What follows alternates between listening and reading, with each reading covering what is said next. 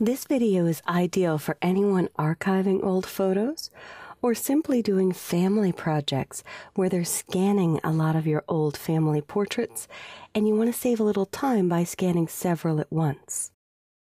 With this shot, I have 3 old images that were all laid flat on the scanning bed. I'm going to let Photoshop make an independent image out of each one. I'll choose File, Automate, Crop and Straighten Photos. Photoshop analyzes every one, and it made 3 independent shots. I'm going to hit Command 0 or Control 0 to fit in window to see these a little closer. And let's try Image Auto Color. And it removed that yellow and slightly pink cast from this aged photo. Command Z or Control Z would show me a before and after, and the colors are so rich and vibrant. We were standing on green grass. You just couldn't tell because the photo is so old. I can also try Image Auto Tone. Tone is the overall darkness of the color. So if I undo or redo Command Z or Command Z again, you could see it removed a blue cast, especially from the white part of our outfits. I'll click this one, Command 0 or Control 0, Image Auto Color, Image Auto Contrast, helped the shadows quite a bit, and Image Auto Tone. Auto Tone didn't make a big difference on this one, but if I look at the before and after, here is the original, and here is the corrected version. Like new, just a little image repair left to go. And finally, Command 0 and Control 0, depending on Mac or PC, Image Auto Color, Image Auto Contrast, Image Auto Tone. All 3 helped this shot. And often I'll come to my history panel and see if I like one better before or after. I don't think I love the auto tone as much. It makes the yellow a bit richer, but it kind of gives a yellow wash throughout the skin tones. So I'll leave that undone. Auto color to auto contrast did do a far better job. Now the last thing I want to do is crop away a little bit of the white left in this photo. So I will go to the crop tool, which has radically changed in CS6.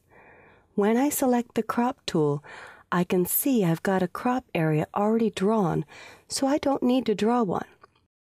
If I want this photo more centered, there is my center point, and I could simply pull the right edge over until my nose exists at about the center point. Yes, this is a childhood photo of me. As I look at the edges, I might need to pull up a hair just so I don't get any border of the photo. As I pull up, the crop tool seems to jump pretty severely. There is a super secret way to bypass that snapping where it's jumping up or down on me. That super secret way is while you're holding down your mouse to crop, also hold down Control. Now, as a Mac user, you might think I mean Command, but it is not the Command key. It is Control on both Mac and Windows. As you drag in most Adobe programs, temporarily disables the snapping. And finally, I think I'll take a little bit off the top so it's a tighter shot. I'll press Return or Enter to accept my crop, and if there are other image imperfections, I could zoom in with Command plus or Control plus, and try my all-favorite patch tool underneath the spot healing brush tool to select this little imperfection and correct it. Select this, let go, drag to the area I'd like to use to fix it. Even at that age, I got double chins. Oh goodness. As I look here, I'll just fix a little bit of this water damage or simply age damage. And I could probably wipe out a bit of that double chin, although in children it's probably cute, just by patching and dragging a little bit lower. A really very easy way to clean up a shot, especially for archival or older photos. And I think I'll let the rest go. Seem to always get a little bit of red there. Some of these spots are going to be trickier than others, so there's a combination of tools that Photoshop offers that may help you with this. But my goal with this video is just to show you cropping and straightening photos. If you are doing a lot of scanning, you'll most likely also be doing a lot of image correction or repair. So everything else I'm going to let go. This old shot actually has a pattern to it. I don't know if you guys remember back in the 70s, they had that paper with a texture, so it wasn't easy to copy. So the zooming in, that's some of the detail that I'm seeing here. It's actually picking up the paper. Believe it or not, rubbing Vaseline over that textured paper will fill in those creases and create a better scan and not lift the ink. But that's only for images that are 30 years old or older. Don't try that on your inkjet shots. The Vaseline will just smear it. But you could do a test on a little corner to see that the Vaseline does not harm the photo and will fill in those ridges.